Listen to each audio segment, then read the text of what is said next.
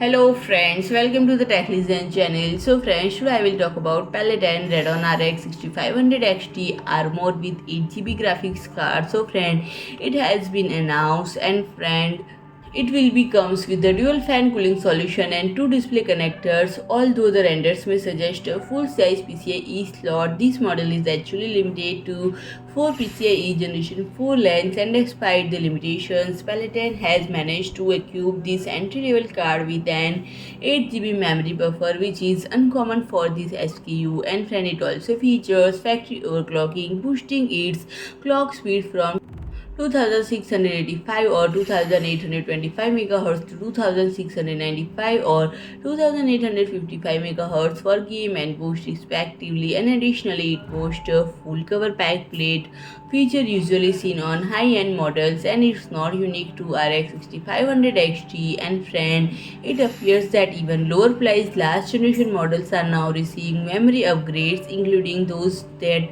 may not be suitable for serious gamers, and it is based on Navi 24 with a 64-bit memory bus and 107 watt TDP. So friend, if you like my video, please do like, share and comment, and don't forget to subscribe my channel and press the bell icon.